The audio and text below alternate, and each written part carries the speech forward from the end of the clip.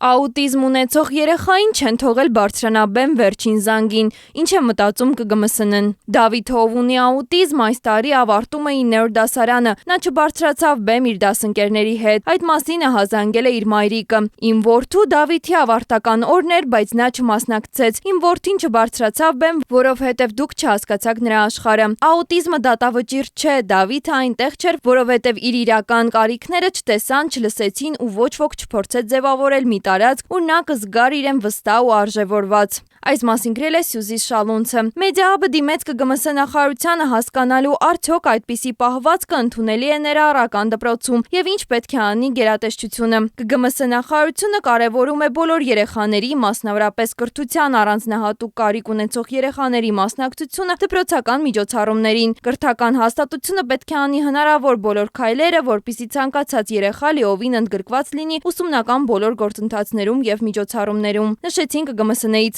Նախարարությունից Մեդիահաբին հայտնեցին, որ այս դեպքը իրենց ուշադրության ներքո է և հաջորդ շաբաթ նախարարը նախատեսում է հանդիպում ունենալ Դավիթի և իր ծնողի հետ: